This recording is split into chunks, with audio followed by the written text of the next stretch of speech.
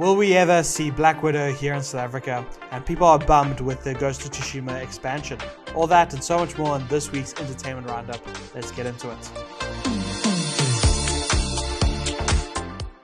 What's up guys, welcome to That Freaking Geek, and we have loads of news to talk about today.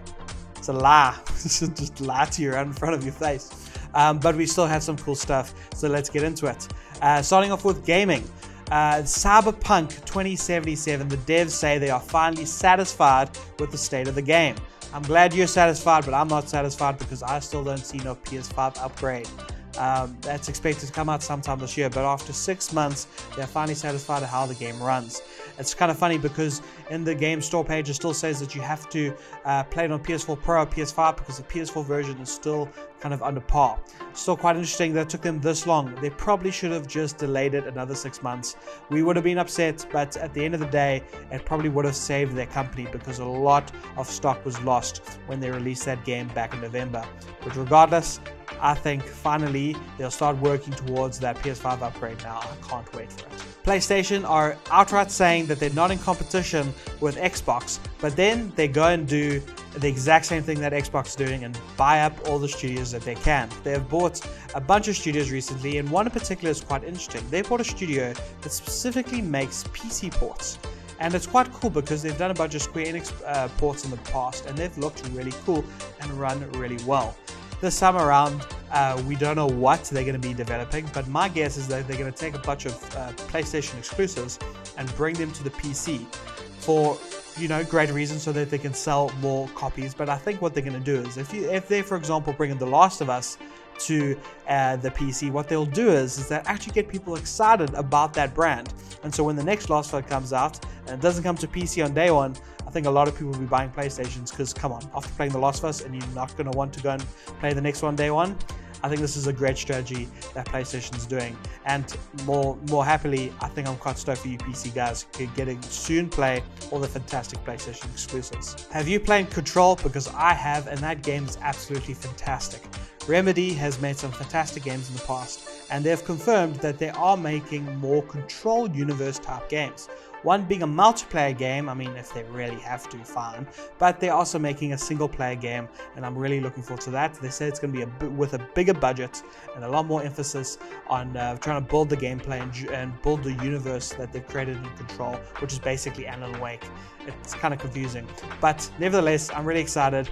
I'm sure the multiplayer section is also going to look really good because the Remedy guys are really good at what they do.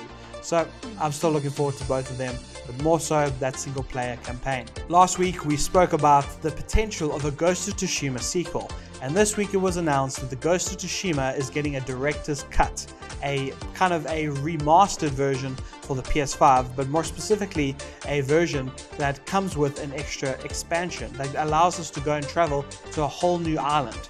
I am very much looking forward to this when it comes out next month actually, but a lot of people are actually bummed with it because of one, the fact that you got to pay $10 or 190 Rand more or less to upgrade to the PS5 version.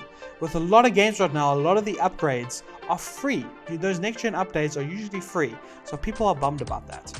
In terms of the expansion, you more or less pay that amount, about 300 Rand for an expansion, so that's not too bad. However, people are kind of bummed at the fact that they're calling a director's cut when I don't think they know what that means, because when it comes to movies, it means that a director sat down and gone, cool, I'm going to put everything I want to put into it. But the only thing different about this one is the fact that they've made Japanese lip syncing a thing. Other than that, there's no difference to the story, so I'm not sure why they're calling it director's cut. But nevertheless, I'm really looking forward to the expansion and the PS5 upgrade when it comes out next month. Moving on to movies, will we ever see Black Widow here in South Africa? Well, the movie has been pushed back to August 13th thanks to the lockdown. Why they pushed it that far back? It's probably because they don't know how long this lockdown is going to last. They do say that it will end just after that July 9th weekend, but who knows? But that's probably why they pushed it out. Also allows for moviegoers to feel a little more comfortable to go back to the cinemas again. But nevertheless, I can't believe how long it's taken for us to watch this film.